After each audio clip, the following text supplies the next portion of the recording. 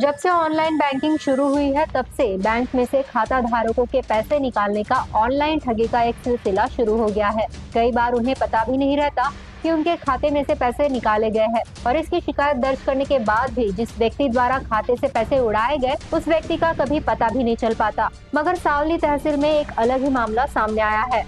यहाँ के bank of Maharashtra में कुछ खाता धारकों ने मिलकर जय पवन सुद बचत गट का निर्माण किया और इसके सहारे वह बैंक ऑफ महाराष्ट्र में पैसे जमा करते थे। कुछ दिन पहले जब उन्होंने अपना खाता बैंक ऑफ महाराष्ट्र में चेक किया था तब उसमें 1,78,000 रुपए दिखाई दिए थे, लेकिन कुछ दिन बाद ही वह 1,78,000 उनके खाते में से गायब हो गए।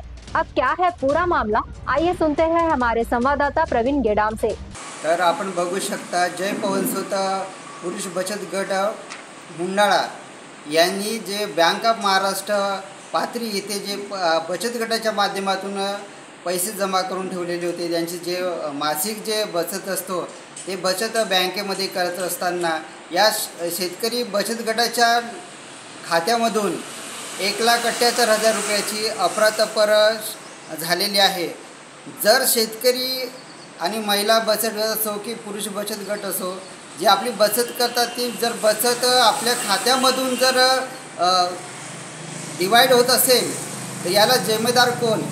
प्रशासन, शासन याची जबाबदारी घ्यावी आणि यांचे जे बचत गटातून गेलेले पैसे आहेत ते यांना परत करण्यात यावी, अन्यथा आमरण उपोषण करण्याचा यांनी इशारा दिलेला आहे। नारायण विक्रम खोब्रागडे, राहणार मुंडाळा, पंचायत समिती सावली, जिल्हा चंद्रपूर येथील रहिवासी असून आम्ही एक पुरुष शेतकरी गट तयार केलेला आहे आणि 2011 पासून हा आमचा गट चालू आहे। परंतु आजपर्यंत आम्ही चांगल्या पद्धतीने पैसे पण भरत आलो आणि चांगल्या पद्धतीने व्यवहार पण चालत होता। परंतु आजच्या या दिवसामध्ये उपासमारीची वेळ आली आणि बँकेतून सर्व पैसा आमचा गायब झालेला आहे आणि बुद्ध पौर्णिमेच्या दिवशी आमचे सर्व पैसे एक नाही तर 3 टप्प्याने सर्व गहाळ करण्यात आले आणि आम्ही सर्व गट मंडळींनी किंवा सदस्य लोकांनी आम्ही बँकेकडून माहिती काढली तर बँके मॅनेजर म्हणतो की मोबाईलच्याद्वारे पैसे गहाळ झालेले आहेत। त्यांनी पण सांगितलं आहे की मुंबईवाल्याकडे पैसे गेलेले आहेत। परंतु नंतर आम्ही पोलीस स्टेशनला पण गेलो आणि पोलीस स्टेशनला पण आम्ही गटामार्फतीने FIR दर्ज केलेला आहे, आजच केलो आणि नंतर आपण सावलीला आलो।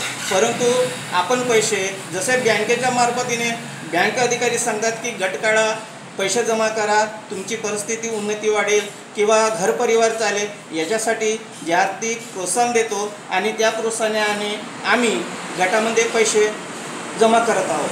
आता अशी वेळ आली की सर्व आमचा पवनसूत शेतकरी बचत गटाचा सर्व पैसे गायब झालेले आहेत। तर आपण आता कोणत्या पद्धतीने आपण समोरची जी फसल आहे करावी याच्यामध्ये आम्ही दिलगीर आहोत। तरी आम्ही शासनाला अशी विनंती करत आहे की कोण्या ना कोण्या रूपाने आमचे पैसे आम्हाला परत करावा, अन्यथा जर अशी पैसे जर अवेलेबल झाले नाही तर आम्ही बँक ऑफ महाराष्ट्र समोर आम्ही आमरण उपोषण सुरू करू। आम्ही मुंडाळा येथील ग्रामस्थ आहोत। आमचा बचत गट आहे जय पवनसूत शेतकरी पुरुष बचत गट, हा पाथरीच्या महाराष्ट्र बँकेला विलीन आहे आणि तिथंच आमचा खाता आहे। आमच्या खात्यामध्ये आम्ही दरमहा 50 रुपये असे 2011 पासून आमच्या गटाची ओपनिंग आहे। आमच्या खात्यात या महिन्याला 1,78,800 रुपये सेविंगला जमा होते आणि त्याची आम्ही शुक्रवारी 10 तारखेला त्याचा चेक पण केला, एंट्री पण केली, ती शिल्लक जमाच होती आणि त्याच्यानंतर 12 तारखेला सुट्टीच्या दिवशी म्हणजे सुट्टीच्या दिवशी बुद्ध पौर्णिमेला आमच्या अकाउंटमधून 1,20,000 रुपये कमी झाले आणि त्याच दिवशी 58,000 कमी झाले आणि शेवट 700 रुपये कमी झाले। आता आमच्या बँकेला फक्त 80 रुपये शिल्लक आहेत। एवढे शेतकरी असल्यामुळे आम्हाला पैशाची अत्यंत गरज आहे। आमचे शेतीचे कामं त्याच गटाच्या भरोश्यावर केली जातात।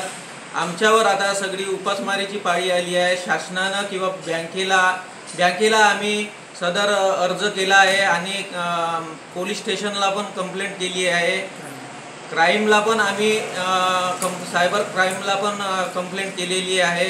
तर आमची योग्य रीतीने चौकशी करून आमचे पैशाची जी अफरातफर झाली आहे ती आम्हाला बँकेकडून परत मिळावी, यासाठी शासनानं आम्हाला मदत करावी अशी आमची मागणी आहे। मी प्रवीण गडाम, सिटी न्यूज, चंद्रपूर।